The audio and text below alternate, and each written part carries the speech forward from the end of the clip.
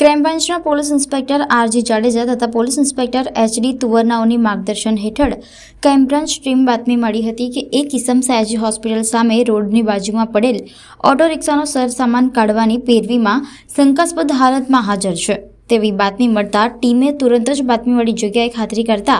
જગ્યા પર auto rickshaw number GJ01 પાસેથી ઈસમ નામે કમલેશ રાજુભાઈ પટણી હાલ રહે વુડાના મકાન અમીન પાર્ટી પ્લોટ પાસે ગોત્રી વડોદરા મૂળ અમદાવાદનો શંકાસ્પદ હાલતમાં મળી આવ્યો હતો। આ ઈસમ પાસેથી મળેલ ઓટો રિક્ષાના પેપર્સ ન હોય જેથી સદર ઈસમની સઘન પૂછપરછ દરમિયાન તેને 7-8 મહિના પહેલા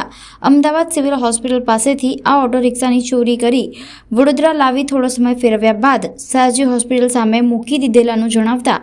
જેથી આ અંગે કાયદેસરની કાર્યવાહી કરી આ ઓટો રિક્ષાની ખાતરી તપાસ દરમિયાન આ ઓટો રિક્ષા ચોરીમાં ગયા બાબતે અમદાવાદ શહેરના શાહીબાગ પોલીસ સ્ટેશનમાં ગુનો નોંધાયેલ હોવાનું જણાતા